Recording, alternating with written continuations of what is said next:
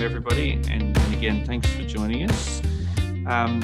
Today, we're going to look at the changing the changing landscape for businesses that are in financial stress as a result of Covid-19.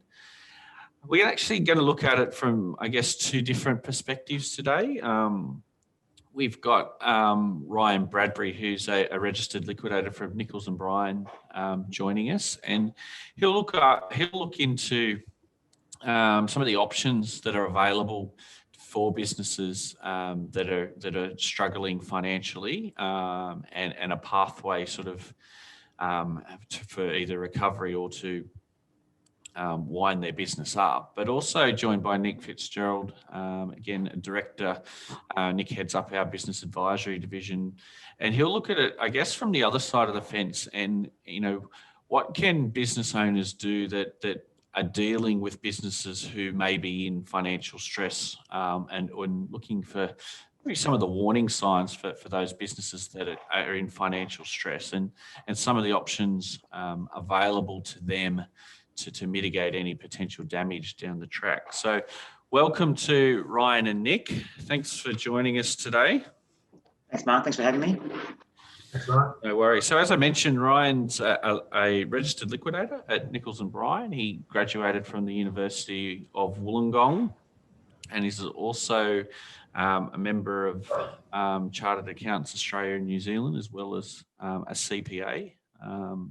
And it has also one other registration that I couldn't understand the acronym, so I might let you fill us in on what that means, Ryan. But also to kick off, I think it's probably a good idea just to explain, what is the role of a liquidator in today's business landscape?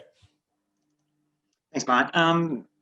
So Nicols Brien and myself, we basically do nothing but insolvency work. So we do the full spectrum from the personal side in terms of bankruptcies, Part 10, small debt agreements, through to the corporate side, which is your liquidations, administrations and receiverships. We don't tread anywhere else in terms of the accounting spectrum. I think we leave all that sort of stuff to you guys and specialised firms out in the marketplace. And yeah, I guess our role, we'd like to think it is restructuring and saving, but reality in the world these days is most of the times it's too late, and it's a bit of a clean-up mission, unfortunately. And the theory being that we're a neutral party to the process, that we represent the creditors, we try and maximise the return for creditors, and yeah, like I said, at least if nothing else, provide not necessarily a happy ending, but provide a conclusion to what is sometimes a drawn-out process. And I guess from our point of view, an accounting professional's point of view, Nick, you could go through the process. We do work with Ryan. We've had some mutual clients with Ryan, fortunately and unfortunately. But if a client is in trouble, and we're typically their first point of call, just want to run through the approach that we take. Yes, definitely. And I guess for those who don't know, I started my career working for Ryan. I think he's still blaming me for some mistakes on jobs from 15 or 20 years ago. But that aside, as Ryan said, ideally you want an outcome where you can restructure a business and save a business. And when we're working with clients, whilst it is pretty rare that we need to deal with a liquidator, certainly in the past, ideally, we want to be having those conversations as early as possible, because the earlier we can have those conversations, the more chance there is of being able to restructure or save the business rather than going down the insolvency path. And for us, working with Ryan, it's been, I guess, the invaluable support piece to our clients prior to insolvency, really to be able to go through what their options are, what some of the consequences are as well, so that they really understand and can make really good informed decisions at that point in time. Not indifferent to the way that we talk to clients about the importance of really knowing their numbers so they can make good informed decisions. Yeah. So we've just used the word insolvency about 20 times in the last 2 minutes. So that's probably a good place to start. And I'll sort of jump over to Ryan here. And what is insolvency for those people out there? Oh, I think in short terms, Mark, it basically just is the inability to pay your debts as and when they fall due. And it's really as simple as that. So The point in time where your current assets and current liabilities start to head to that sort of negative spectrum is the point in time where you should be starting to think, okay, is this a very short-term cash flow issue? Is it something that's going to resolve itself or can be easily resolved? And when it gets to the point where you're starting to rob Peter to pay Paul and, your tax starts to drag out and your super's not paid, yeah, you should really be speaking to somebody. And as Nick said, I think the earlier you get in, the better. And we're upfront that, certainly as a firm, we actually don't advertise. So my advertising is talking to people, giving as much information as I can. And 9 out of 10, that doesn't turn into a job for us, and hope that person then spreads the good word that we do the right thing. But yeah, we're not here to railroad or anything else. I think we give out information and then people make decisions that sort of suits them best.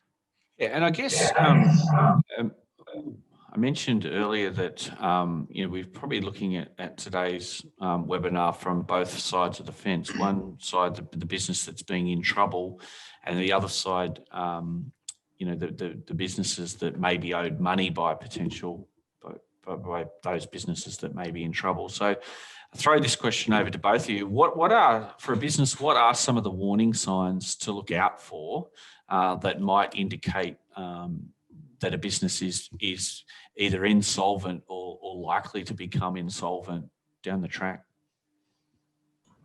Oh, do you want to start, Nick? Or I'll let you go. Go first, Ryan. I think as soon as you have that uncomfortable feeling, you should be conscious. I think we all know when somebody's strings long, promises left, right, and centre, large orders out of pace. I think, to me, insolvency it's a very legalistic process, but it's a very common sense process too. So, the longer your accounts are dragged out, bounce checks, payment of invoices that aren't the invoice amount, but maybe a round amount, a little bit less. I think all those things should at least be setting off warning signs that, let's not dig ourselves a really deep hole here and maybe sort of keep control, because a lot of failed businesses are a result of previous failed businesses that they've dealt with, and it doesn't take much to drag you down, especially in the current climate. Yeah, I agree with that, Ryan. And one of the biggest call signs for me is business owners when they start to, I guess, suffer a bit of anxiety, they struggle to sleep at night, they can feel those things.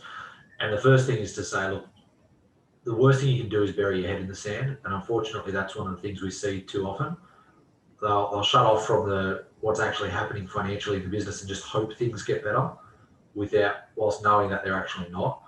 And I guess for us at the moment, whilst I guess a lot of our clients are doing okay, like you said, it's the risk of other businesses collapsing and impacting your business that you need to be careful of. And so I think right now it's not just about looking at what are the warning signs of insolvency in your business, but being aware of what they might look like in other businesses as well, so that you can start to make good decisions to protect yourself.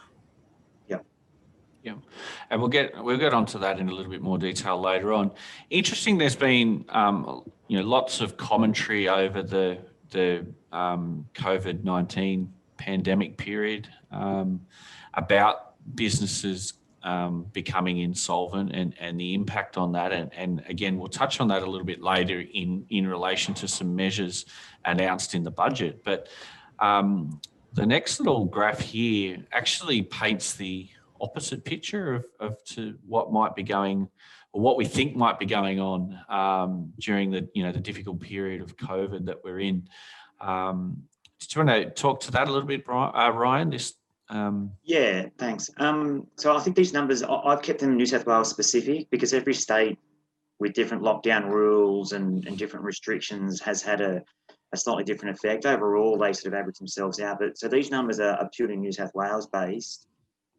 So reality for our industry over the last 12 months is there's been a general reduction in job numbers regardless, just because of things like pre-insolvency advice and low interest rates means that everybody can go and touch finance, etc. But certainly since March, when we started having real COVID effects, you can see the 19-20 numbers were within a couple, and since then the number of insolvencies has really dropped off the face of the earth, and that's not reflective of the fact that companies shouldn't be in liquidation. It's just reflective of the fact that they haven't gone into liquidation. Do you want me to give you some reasons for that, Mark? Or Yeah, go for it. I think the main one is most insolvencies are commenced not because you have a financial problem, but because of pressure caused by that problem. So there's a lot of companies out there that owe money, but until somebody taps them on the shoulder, whether that's the tax office or a disgruntled creditor, as Nick said, the habit is to stick your head in the sand and hope it gets better, and a miracle contract or something, pot of gold. At the moment, there's just no pressure in the marketplace. Everybody knows everybody's struggling, and therefore nobody chases their debts. I don't deal with the tax office a lot, but the word is that they basically are saying, don't bother making payments. We'll talk to you in 6 months' time. Again, even if you've closed your doors at the moment, you're going to go into liquidation. Why would you when you can stop and collect JobKeeper? You've got government stimulus. So all those things they're not solving the problem. They're just pushing them back. So what will eventually happen is the liquidations that haven't happened thus far will eventually happen. Plus, on top of that, you'll have the liquidations that are going to be caused directly because of COVID. So that's when the government's talking about zombie companies and there being a flood heading our way. There will at some stage. I don't think it'll be the flood that the government's expecting, but certainly there's a backlog there of liquidations that should have happened that just haven't happened. Yeah, and I guess one of the other things with the you mentioned that coming under pressure from creditors, the rental waiver and deferral scheme is another example of that, where businesses that, typically a business that's in trouble may struggle to pay the rent, and there certainly hasn't been any pressure on landlords necessarily on tenants specifically. That's the same with banks as well, Mark, with the fact that, a lot of loans are frozen at this stage. Yeah. So you mentioned what we've seen in our client base, well, not necessarily in our client base, Mark, but elsewhere, is that, businesses, as Ryan said, that perhaps were on the brink of insolvency prior to COVID, have actually pushed through, and with the hope, naively, that the JobKeeper and cash flow boost will pull them out of this hole. And as Ryan touched on with the ATO, not only they say don't pay for 6 months, but in some cases, we're seeing sort of them allowing payment arrangements now over 3 years with no interest. Yeah. So we mentioned the ATO, and quite often in our experience from our clients, the ATO is often the largest creditor with our clients that run into sort of financial difficulty. Can you run through some of the options that the ATO has at their disposal in ways that they can collect money outstanding? Yeah. So I think with the tax office, realistically, in 99 out of 100 liquidations, they are a creditor, and in probably 80%, they're the largest creditor. I think once companies can't access external finance, and then tax office almost becomes the banker of last resort. We'll have also the normal internal tax office recovery processes with the phone calls, debtor letters, and bits and pieces. Once it goes past that, they've got the options to withhold refunds. The next step really for them is garnishee notices, and they can basically serve those on your banks, on you, and also on your clients. It's not something that's used a huge amount, but certainly is detrimental to your business. And their major one at the moment that they do use and can use is called a director penalty notice. So just going back to the garnishee notice, can you just explain what a garnishee notice is? So it's basically a notice that can go to your bank that will say, dear institution, that the company owes a debt of X amount, and please transfer, all funds held up to a certain point. I think there's a statutory limit that they can take to us in repayment of that debt. And that, like I said, the ones that I see go to financial institutions, or not so much for smaller companies, but larger companies, often to your client or your debtor if they know who they are. So the ATO can contact one of your customers directly and ask them to direct payment directly to the ATO rather than to your business. Yeah, which obviously has flow-on effects. If you're relying on that cash flow, to pay wages and supplies and things, then that causes, it's basically catastrophic when it does happen. Yeah, and it would put some doubt in that customer's mind about whether they should continue to do business with you. Yeah, which I think is why it's not used as proactively by the tax office as it could be. But yeah, it doesn't mean it won't be used. It's certainly it's out there. It's a possibility. Yeah, and quite often what we see, there's quite a long time period for the tax office to resort to these measures from when the debt initially became outstanding. Yeah, from my end, and again, I don't have to deal with the tax office like you guys do all the time. I struggle to find the rhyme or reason behind why and when they do what they do. Most practices and businesses have a checklist and a way things are done in a fairly timely order. With the tax office, some companies have huge debts and seem to have no pressure, and others have small debts and are under the pump from day one. So, yeah, if you ask me why and when, I couldn't even give you an idea. I'm not sure if you guys would agree with that, but it just seems that, it's almost a luck of the draw. And sometimes some people, I guess the same with audits. Some get audits left, right and centre, and others don't have one in their entire history. Yeah, and I guess it wouldn't be uncommon for, from the time that the taxpayer first gets a notice that they've got an amount outstanding until the time that a director penalty notice is issued is often more than 12 months. Yeah, certainly that's the case. And tax is supposed to be a model litigant, so they're supposed to give you the best chances to recover, and that means there is a lot of dialogue from the starting process to the end. And ultimately, if it gets to the point of director penalty notices and stuff, there's a reason for that. It's people will always whinge and complain, but yeah, at the end of the day, there has normally been a long dialogue to get to that point. Yeah. So we've mentioned director penalty notices. We might talk about those in a little bit more detail. What do they involve? And obviously they're impacting on directors. What does it mean for a director? So a director penalty notice, I think, and there's still a lot of people who assume that tax office has priority in liquidations, which is not the case. They rank equally with everybody else. And when they gave those powers up in the 90s, they took the ability to serve the director personally with what's called a penalty notice that says, if within 21 business days you don't do one of three things, then you personally become liable for the company's tax liabilities.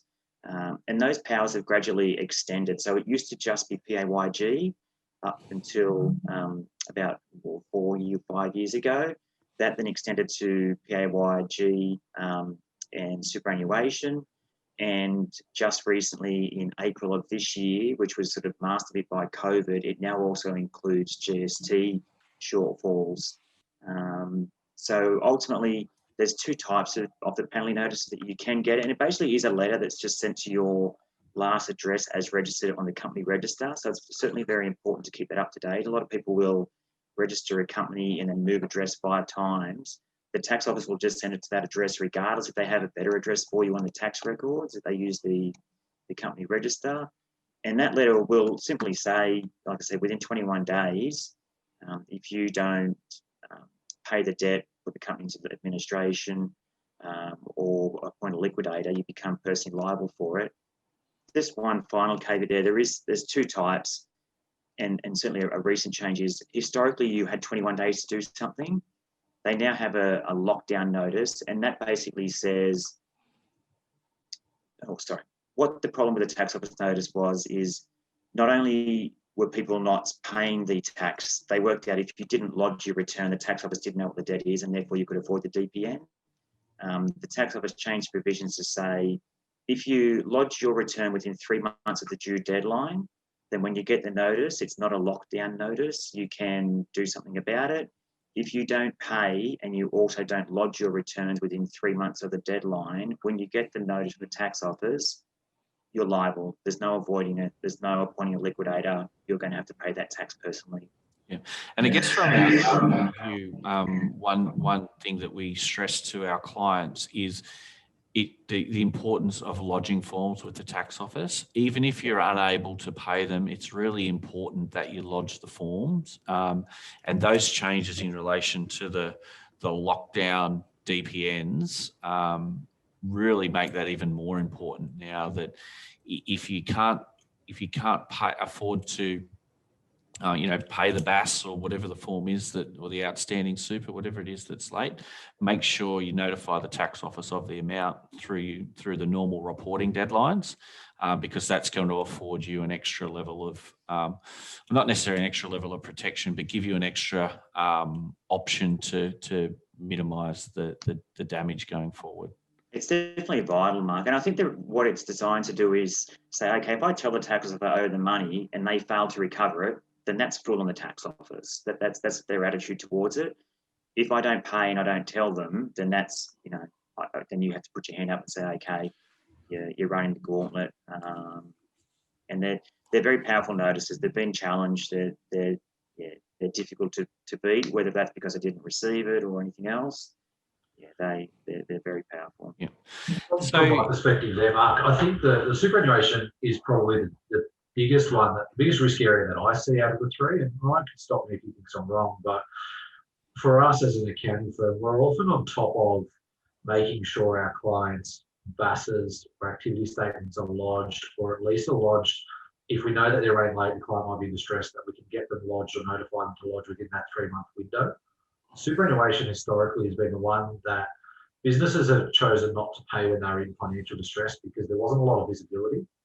Whilst there's a lot of visibility now, the 3 months from when your super is due skips by pretty quickly, and there's far less to trigger saying we need to get the late super forms lodged than there is with an activity statement. So prioritising your staff superannuation to me becomes a bit of a no-brainer now, because I have seen years after businesses have been placed into liquidation that a director's received a DPN for superannuation they didn't even realise hadn't been paid. Yeah. So if we go down the path and we end up with one of these director penalty notices, or even prior to getting one, what are some of the options that are available to a business to sort of dig themselves out of the situation that they're in?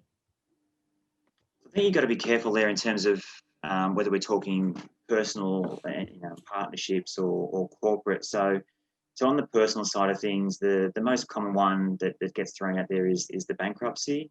I've done this for 22 years, and to me, there's still a stigma about bankruptcy, or people think there's a stigma about it. But realistically, the whole purpose of bankruptcy is to give you a second or a third chance to restart, because reality is once your debts get to a certain level that you're not going to satisfy them within a couple of years, you're probably never going to satisfy them. And what tends to happen is the government's realistic that they don't want people suffering that stress. If it's not going to happen, you draw the line the same with the bankruptcy.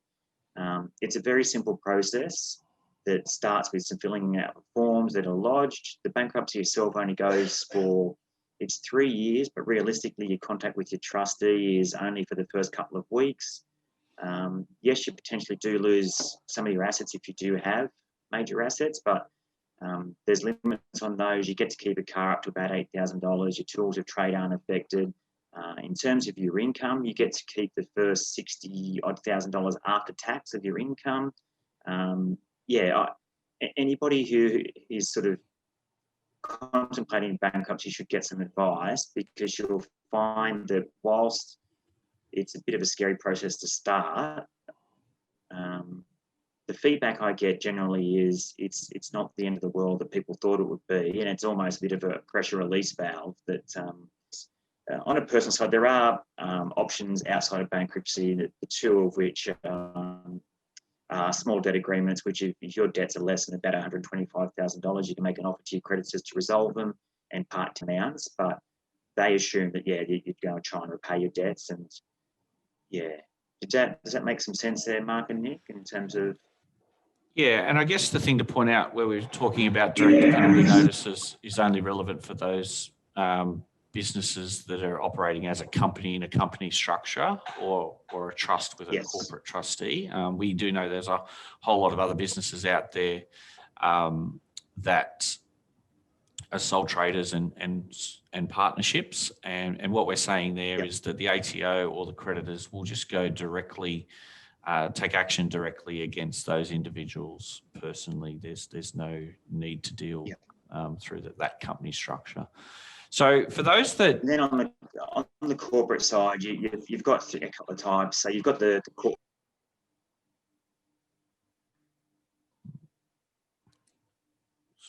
Looks like Ryan's just dropped out there. Yep. You're back. Yep, thanks, sorry. So we've got the options for companies. The first one being a creditor voluntary liquidation. So this basically is I call it the cleanup liquidation. So it's the one where there's no hope of survival. There's a process that needs to be done. The liquidator is independent. He'll look at the cause of the failure. He'll report to creditors. He'll realise what assets are available.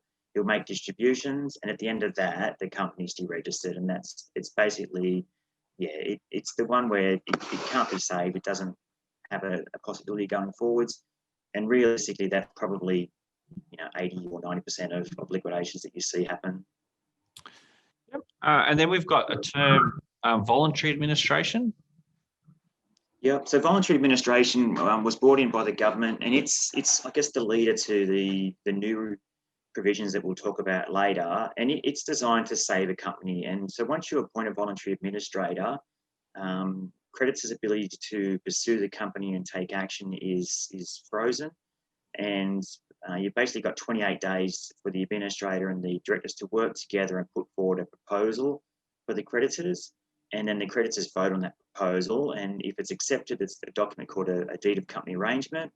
And if that's satisfied, the company is released and everybody moves on, theoretically, going forwards. The voluntary administrations haven't been as successful as the government would have liked, primarily because by the time most people get the advice, it's too late. A voluntary administration needs to be early enough that there's been a problem, that problem can be solved, and let's solve the problem. Not there's been a problem, we've used every resource we've got, and then trying to do it. You still have to have some resources behind you to fund the process. Yeah. So in the event where a director receives a non-lockdown director penalty notice, so one where they've got 21 days to take certain actions, these would be the actions that they need to take. Yeah, so if you get a non-lockdown DPN, so that's the one where you've lodged your returns in an orderly fashion, appointment of an administrator or liquidator absolves you completely of the liability of that notice. So, don't wait until the 21st day to rush in to see your liquidator have it done, which you'd be surprised how often that happens. Straight away, go see your accountant, get some advice, duck in and see a liquidator. Again, there's no cost to have a chat. And then if you say, okay, look, that's fine, I'm going to save the business and push forward and pay this notice off, it's irrelevant. But, if you're already thinking the company's in trouble and then you get a DPN, it's potentially the tipping point to say, okay, something has to happen. Yeah. And I guess that another point on that, it's really important that when businesses are receiving their inbound mail and they see they're getting something from the tax office, they don't just put it aside and assume that it's just a more recent running account balance or something like that. Can actually be that director penalty notice, and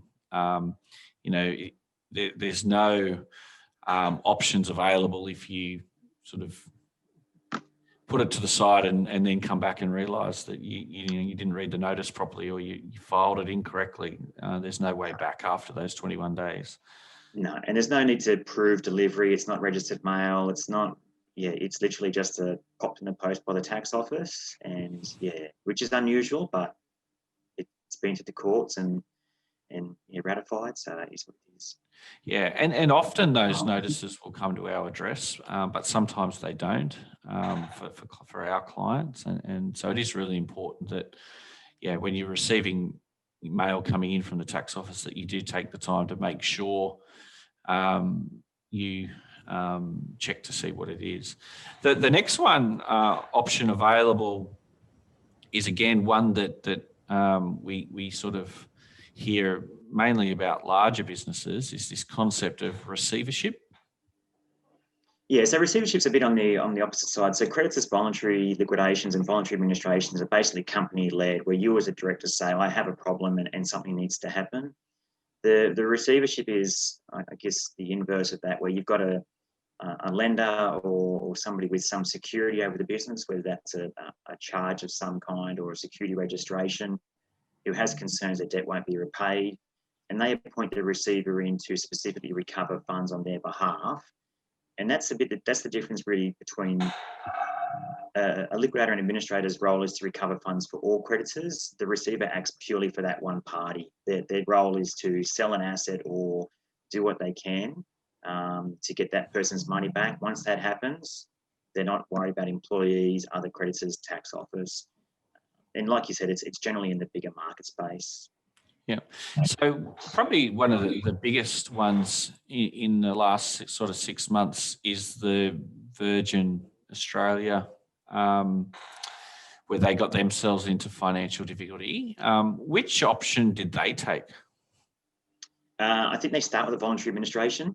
And then basically, as soon as you appoint a voluntary administrator as the company, then if you've got security over your assets, then you will head off and appoint receivers to do what you need from your side of things. Because if you don't necessarily, your best interest may not line up with the voluntary administrator's best interest for all creditors. So to protect yourself, you'll often appoint a receiver. And it doesn't mean that the receiver will necessarily sell the assets. It just stops the voluntary administrator doing anything with your assets in that time.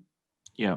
And then in the case of Virgin, they look to find restructure the business and find an additional buyer to effectively carry on that business. Yeah, and they're doing a deed of company arrangement, and there's a proposal put forward, etc., and that will go on for 20 years, I'm sure. Yeah. And the last one here that we did mention when everything else is exhausted is the bankruptcy option. And you do see we have seen clients that have gone through that bankruptcy process. It's quite often an enormous weight lifted off their shoulders, and doesn't necessarily change the way the day-to-day about how they go about things.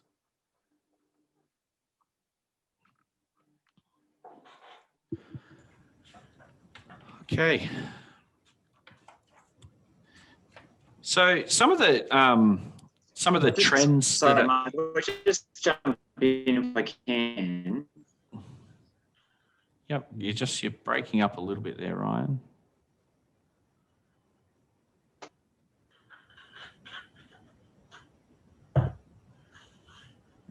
Yeah, sorry. Yep, go for it. I was just going to say with the bankruptcy, it's not a very public process these days. So there's no advertisements of bankruptcy. There's a national register that you have to work very hard to find. The only people who are notified of your bankruptcy are your specific creditors. So most of the time, if you've only got a couple of creditors, you'll go through life without anybody knowing. Yes, it has affected your credit rating for the 3 years and potentially a bit longer.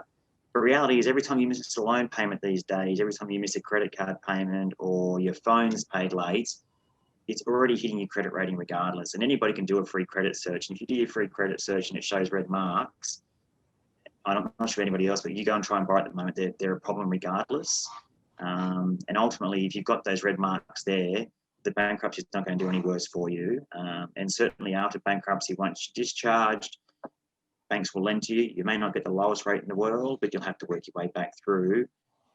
But at least it gives you a chance to do that where, you've got a couple of $100 grand worth of credit card debts, you're never getting there. That's the reality of it. Yeah. From my perspective there, Ryan, again, you've been a great help to a few clients who have had to consider this option. But every single time a client has walked out of a meeting, getting that information about what a bankruptcy actually entails, it is a huge weight off their shoulders. They just see it as being something that is nowhere near as scary as what they thought. And whilst it's not such an issue at the moment under COVID, one of the other big things with bankruptcy is it often doesn't even stop you traveling internationally. No. As long as you're letting your bankruptcy trustee know where you're going and when you're going and comply with everything else, that doesn't restrict your movement at all. And that's even less of a problem at the moment. That's right. One day. So just moving on, that there's some trends that are happening in the insolvency space, and the first point here is around director duties, and that's more just a reminder to those people that are directors as to what their duties are, and that's pretty common sense stuff. It's things like, executing your duties with care and diligence, acting in the company's best interests, those sort of things. So we won't touch too much on those. But the next one is a word that you mentioned earlier on in the presentation and has got a little bit more media coverage over the last couple of months, particularly with COVID, is this concept of a zombie company. Can you shed a little bit more light on what these zombie companies are all about? Well, I think, it's a funny term. I'm not sure where it came from, but it ultimately just means that a company that normally would have either closed down or been liquidated, that has been, I guess, kept alive, almost on life support by stimulus and JobKeeper and those sorts of bits and pieces where, your doors are already closed, you've got no business that's basically happening, but it still exists purely to almost collect benefits. And at some point in time when they stop, then that business will also stop. But in the meantime, they're just wandering around out there. And there's a lot of business out there that are surviving purely because of stimulus and JobKeeper. And again, you would know better than I. But when they stop, and even when the world returns to semi-normal, I think it's going to take a long time for trade to return to normal, especially for businesses like restaurants and things. People will be hesitant to jump back into their normal lifestyles. I know my lifestyle has certainly changed from what it used to be. So that's an unusual term, but probably fairly appropriate. Yeah, and I think with that, the turning off of stimulus, there are a lot of people that are technically employed by these companies, these zombie companies at the moment, who, when those companies do ultimately wind up when the stimulus gets turned off, will lead to an increase in unemployment, which the government is fully aware of and are predicting. They're quite aware that there are a number of these zombie companies floating around, and at some point something will need to be done about them. The other the other thing that we've heard mentioned more recently is this concept of phoenixing. Are you able to explain a little bit about what phoenixing is? I think phoenixing really is it's a bit of a media term. ASIC doesn't like the term necessarily. So Phoenix basically means if you have a company and it has a financial problem, and to avoid that, you get advice that involves you transferring assets for less than market value, and then you restart in a new corporate entity or a new sort of entity and phoenix, resurrect yourself from the ashes. Then the media, it's referred to as being a phoenix transaction, and really just comes down to, did the new operation pay fair and proper market consideration for the assets? And if it did, there's no issue. If it didn't, then you're heading into problems with the liquidator and asset. Yeah. So if I've got a restaurant or a cafe, and I might have $100,000 worth of plant equipment, and I might have $200,000 worth of debt, and I decide to close the doors one day in company A, open the doors the next day in company B, and continue on my merry way. If I haven't paid $100,000 for those assets, then that would be seen as a phoenixing exercise. Yeah, correct. Or if you've offset it against, family loans, or, the new company issues shares at some sort of ridiculous value, anything that doesn't involve that other company getting what would be, arm's length value for the assets. If they were still there and the liquidator could sell them, it's been phoenixed. Yeah, and often we hear about directors that are connected to a number of failed businesses, sort of one after the other. And I guess that the fourth point to mention here in these trends is, and it was announced in the budget, is this introduction of this director identity number. in order to, I guess, better connect directors to companies? Yeah, in theory, this is a solver of the problem. The reality with most Phoenixes is, because the issue at the moment is when you register a company, you basically fill out a form, no identification process, and you're now a director of a company. What they want to do is make you do an identification check, and you'll actually get a number individually that sits with you for life. And that way, when you come and go from a company, they can identify you. The reality with the Phoenix company is most of the time it is a real person. I think there's an assumption there that you're putting down, Willy Wonka or something on your form, living at Candyland. But reality is what they tend to do is they'll go and get a lowly employee and say, Bob Brown, you're now the director of the company. And yeah, so the DIN won't necessarily solve that problem. It may help them track to a degree, but at the end of the day, there's always going to be somebody out there who's willing to stand in as a director and receive a fee for it. So yeah, I'm not necessarily sure if that's going to be the be all and end all the government would like it to be. Maybe I'm a pessimist. Yeah. You're a liquidator. You're always the optimist. I try. So we might move on now to the reforms that were certainly mentioned in the budget a couple of weeks ago, and they're going to have impact for not only those businesses that are in financial difficulty, but also have an impact for those businesses that are, I guess, owed money by those businesses. So I guess the first part of the announcement was this formal concept of the formal debt restructuring. How's that planning on working? So in the past, with a voluntary administrator, what happens is when the administrator is appointed, he becomes personally liable for the operations of the company and any liability that is incurred during his period of appointment. Now that obviously carries benefits because that allows trade to continue. Because he's responsible, he's therefore very hands-on, and it makes the process quite expensive. What the government is trying to do is go to a process where the director will remain in control and responsible for the business during the restructuring phase, and the restructuring party or the assisting party will, I guess, be external to the process and just issue reports, and therefore that should hopefully keep the cost of the process down. That's in theory what will happen. Yeah. And then, so who's that available? What businesses is that available to? So it's supposed to kick in 1 January 2021, and for any business with liabilities under $1 million. All these things with massive caveats, because I don't think they'll be ready to go in 10 weeks.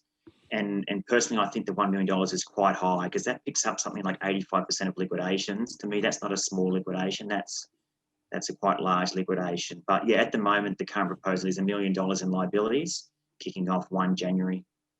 Yeah. So how will that process work in practical terms?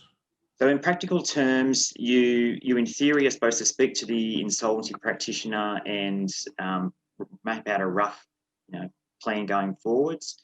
The party will notify the creditors, and then you have 20 days to formalise your proposal to the creditors, at which time creditors will vote on that. And if you get more than 50% in amounts, excluding related party creditors, then the proposal is binding on all creditors, and yeah, you push forwards on that basis.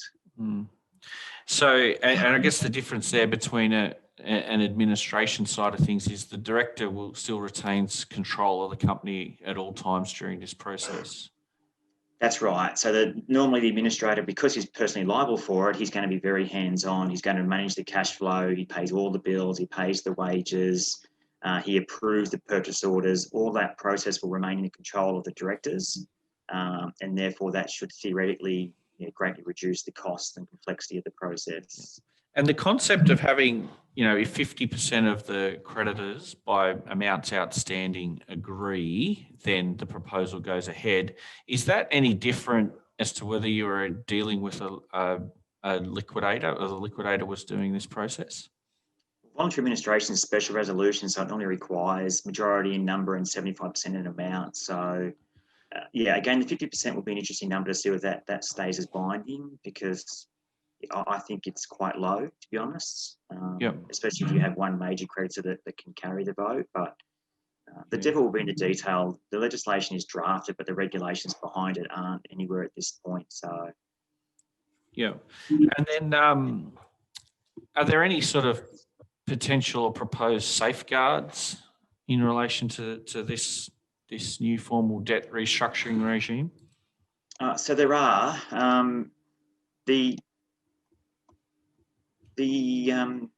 there are provisions in there that will theoretically stop phoenixing. There's also going to stop you from doing it more than once in 7 years. And again, theoretically, the appointed external party at any stage can step in and terminate it if they believe that steps are being taken that are inappropriate. But again, the devil will be in the detail when the actual legislation comes out. Yeah, and then you mentioned some of the commercial and practical hurdles. I guess a couple that we mentioned. One is $1 million the right number? And I think, sort of judging by your reaction and discussions we've had, maybe something less than that would be more appropriate. Yeah, I say that because we mentioned bankruptcy before and small debt agreements, and they apply to, I think it's creditors up to $125,000. I think if you said, okay, liquidations up to $250,000 in creditors are, a small, medium-sized liquidation, I think that's a fairly appropriate number. Once you get above that, and the reason I say that is the liquidations up to that point in time, even if there are rights of claim that exist, it becomes uncommercial to pursue those in the majority of circumstances regardless. So it's no use having, a legal claim for insolvent trading for $50,000 because it costs you $60,000 to get it back.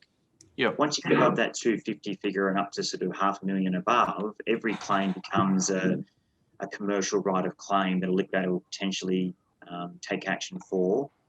And the whole idea with this is, if the process is kept simple and quick and the responsibilities of the external party are reduced, therefore the cost is reduced. But how do you expect somebody to keep the cost down if there's potentially insolvent trading claim floating around for $980,000 or something? How do you, as the external party, sign off on a proposal that might result in a 30% return if there's potential litigation out there that will result in 60% return, without doing a material amount of work to make comment on that? And I think that's my problem with it. Yeah.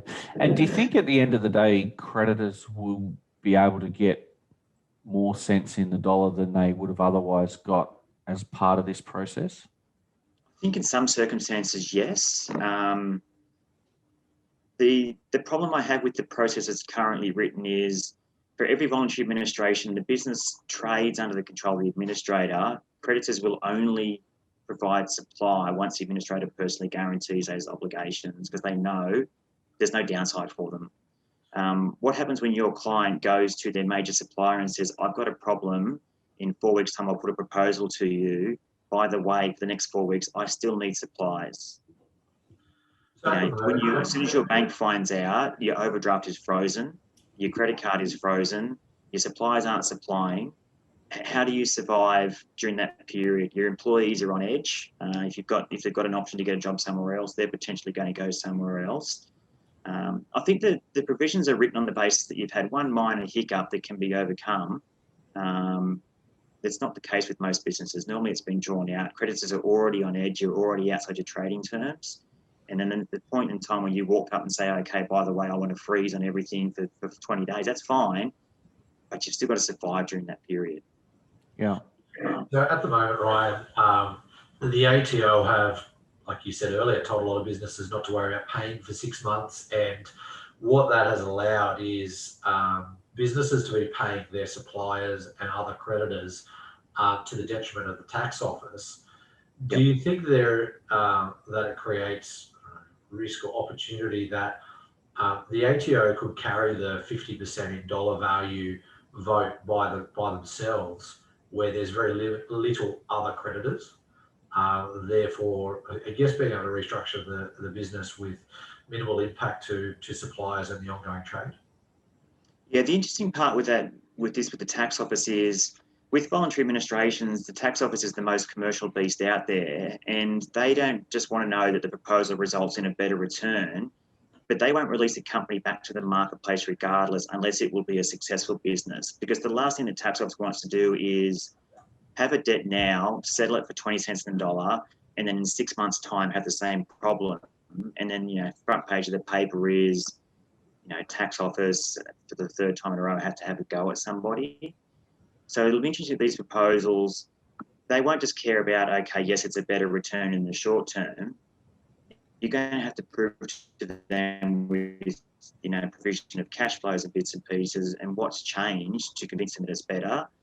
And that's where I have a problem with saying it's going to be a simple and cheap process. That's a valid process. Yeah, fair enough. Yeah, I don't necessarily think it's going to be a simple and cheap process. I guess I was just thinking about whether the ATO would be more willing to accept a lower cents in the dollar approach, given all of these insolvency reforms seem to be about the government trying to have a private sector-led recovery and keeping businesses on their feet with employment continuing and all those sorts of things. But yeah, I don't think it's going to be simple, whatever way they put it. No, I think yes. If you can say, okay, I was a good business before COVID, and I've lost money during COVID, and here's the solver of that problem, and I get returned to normal, I think you'll find that tax office will love that, and they will vote in favour of these left, right, and centre. If you put a proposal forward that says, I lost a bit of money the 2 years before COVID, and now I want to solve that problem, and just miraculously I'm going to be a better business after COVID, I think you'll have a problem with it. Yeah.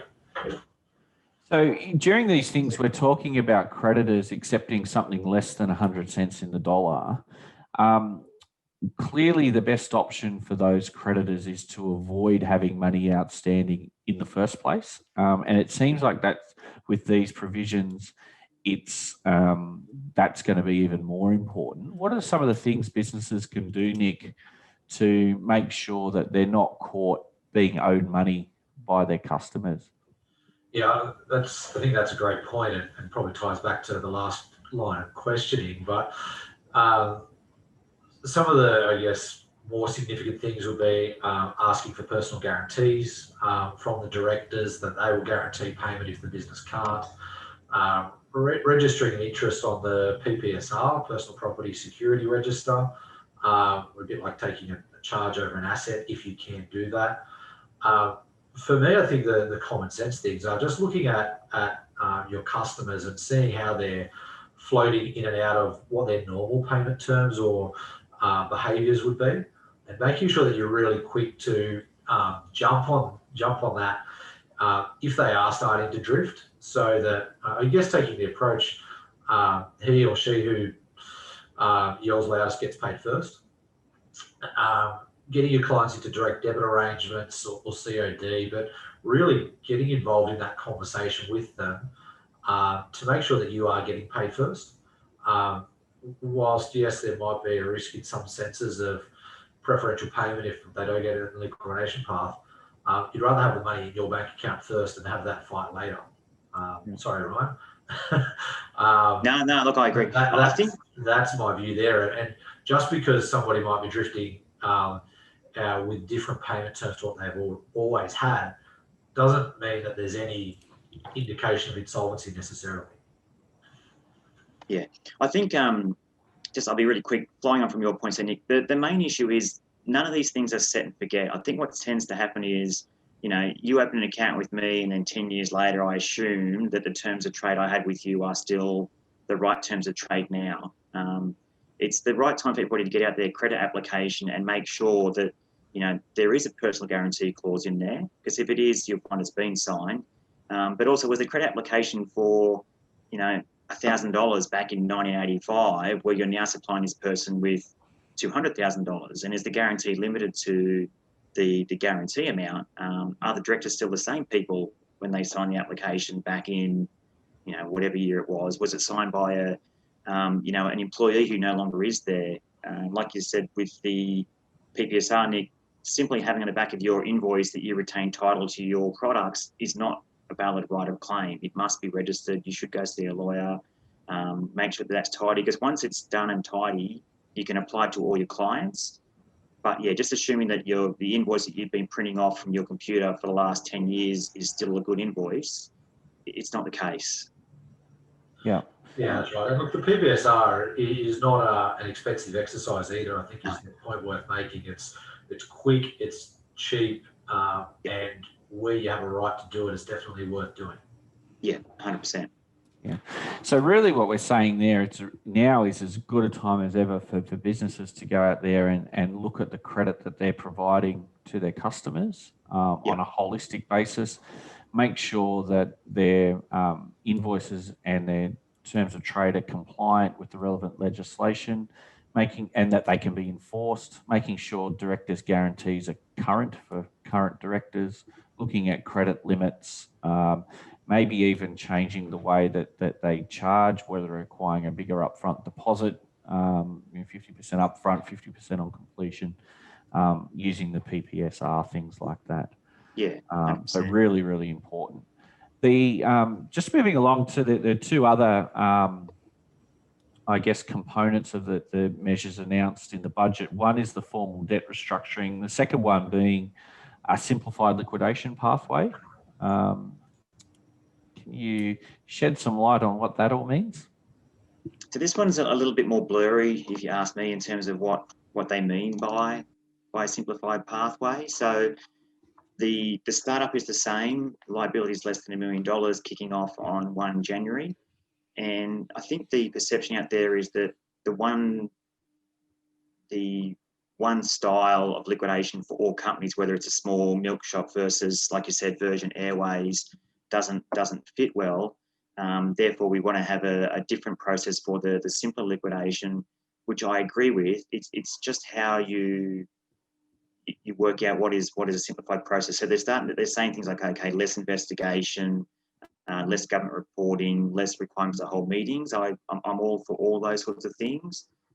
Yeah, it's the devil will be in the detail in that regard, because reality is the creditors who are in a liquidation for $100,000 are just as interested and proactive and pushing liquidator for reports and information as they are in a liquidation for $1 million. So yeah, until you give the liquidator a very specific direction as to what he needs to do, then yeah, he's stuck. At the moment, we've spent the last 5 years ramping up requirements for liquidators, and the forms that we have to fill out now, Mark and Nick, you'll know, every report we do, regardless of how simple the matter is 60 pages, which is ridiculous, but it's all set by the government. So unless they basically, get out a big red pen and start saying, scrap what you've been doing for the last 5 years, I'm not sure where this one will end. I like the idea of it.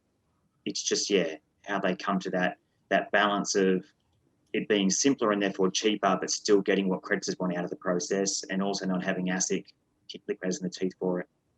Really important. Interesting point, considering the changes to, or the mooted changes to lending requirements after post-Royal Commission, where there was the big emphasis on responsible lending and putting emphasis back on the bank, to now shifting that back to the borrower's responsibility. Whether we do actually see a similar change where they strip out some of that red tape for you. Yeah, and just on that, there's some announcements around removing the onus on the lender and putting it on the borrower. And for us as a firm, the implication that has on accountants who are now going to be asked to verify a lot of the numbers from the borrower and whether or not it increases our exposure. So as long as they're removing red tape altogether, not just pushing it onto a different party, I think is important. And that's the issue that we have is it's fine to say you don't have to lodge the report if you don't deem there to be a breach, but you still have to do the work to work out if there's a breach. And if you lodge the report saying no breach and it's a statutory form, then you're basically exposing yourself. So it's that catch-22 that you've still got to do the work to get to that point in time, as you guys would know. Yeah, so I guess the takeaway there is they're looking at removing some of the red tape. What that should mean is more dollars available to creditors in the long run. Yep. But as I said, it's probably too early to work out, one, how they're actually going to do it and whether or not it will have any impact. And then the last measure that was announced in the budget was to expand the availability of insolvency practice practitioners. And what we have seen on that initial table right at the start of the presentation, that there's actually been a decline in the number of insolvency practitioners in the industry, and the government's forecasting an increased demand over the next couple of years. So they've put some resources, or directed some resources in making sure that these registered liquidators can cope with the amount of work that's expected to come. Yeah, I think this is sort of, this flows on from a problem that ASIC and the courts have had for a while with what we call pre-insolvency advisors. So what started to happen in the market space in the last couple of years is you've got parties out there who are telling directors and things how to strip companies and take steps before a liquidation starts that aren't necessarily in the best benefit of the creditors, but on the flip side aren't necessarily also illegal. And the problem that ASIC and the like had with those are they're not registered parties, and therefore, even if they were discovered to have done that, what do they do about it? Because you're not registered, you're not a corporate entity, or you're not an officer of the company. So I think this sort of starts to get those pre-insolvency guys registered. The number of liquidators has been reduced, and to get registered as a liquidator is certainly a very difficult and cumbersome process.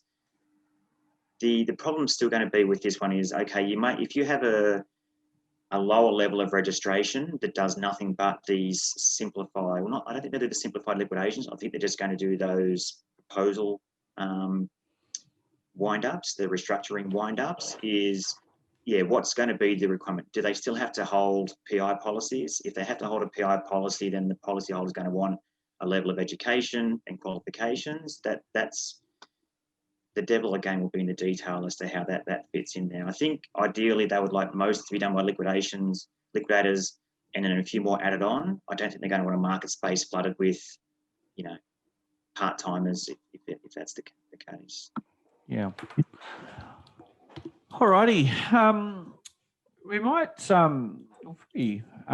finish things up there, and I'd like to thank both Ryan and Nick for joining us today. Again, another really insightful session, and something that you know, is not as, insolvency space is probably not as glamorous as some other areas of accounting, no offense intended, but one that's really important. And I think that the key takeaways from today for business owners, in particularly those that are dealing with customers on credit, is really take the time to look at your credit terms, look at things like the amount of credit that you're offering, look at the guarantees that you've got in place, whether you've got director guarantees in place, whether they're still valid, and also whether or not using security and a registration on the PPSR is an appropriate safeguard to, I guess, jump the queue in relation to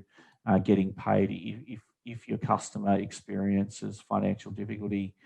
For those businesses that are experiencing financial stress, and we can certainly speak from experience, is go and seek advice.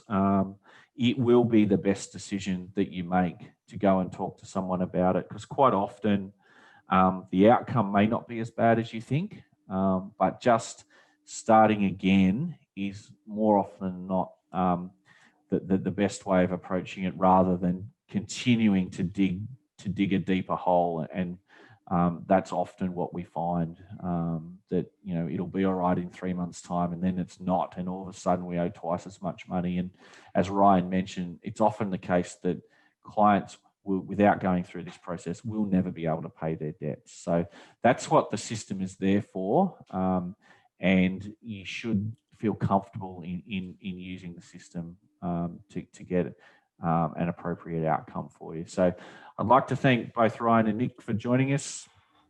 Next week's presentation is looking at the marketing side of things. So we've got Mick Donoghue, who's the Director of Capstone Marketing, joining us, and we'll have a look at different things in relation to marketing, the impact of COVID, the sentiment out there in both, from the buyer and seller's point of view.